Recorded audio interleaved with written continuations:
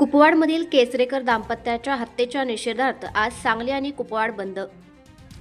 सांगलीच्या कुपवाड इथल्या केसरेकर दाम्पत्याच्या हत्येच्या निषेधार्थ आज सांगली आणि कुपवाड बंद ठेवण्यात आला आहे. आरोपीला कठोरात कठोर शिक्षा आणि या प्रकरणाची सुनावणी जलद गतीने व्हावी अशी मागणी करत व्यापारी आणि नागरिकांनी बंदला उत्स्फूर्त प्रतिसाद दिला. सकाळपासून छोटे मोठे व्यापारी प्रतिष्ठान बंद ठेवून बंदमध्ये सहभागी झालेत. कुपवाड येथील केसरेकर दाम्पत्याची किरकोळ कारणावरून हत्या झाल्याचा आरोप असून या घटनेचे तीव्र पडसाद उमटलेत.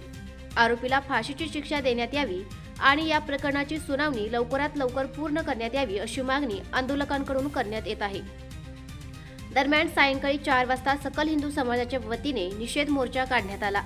या मोर्चात आमदार गोपीचंद पडळकर, आमदार संग्राम जगताप, आमदार महेश लांडगे यांच्यासह सकल हिंदू समाजाचे कार्यकर्ते मोठ्या संख्येने सहभागी होते.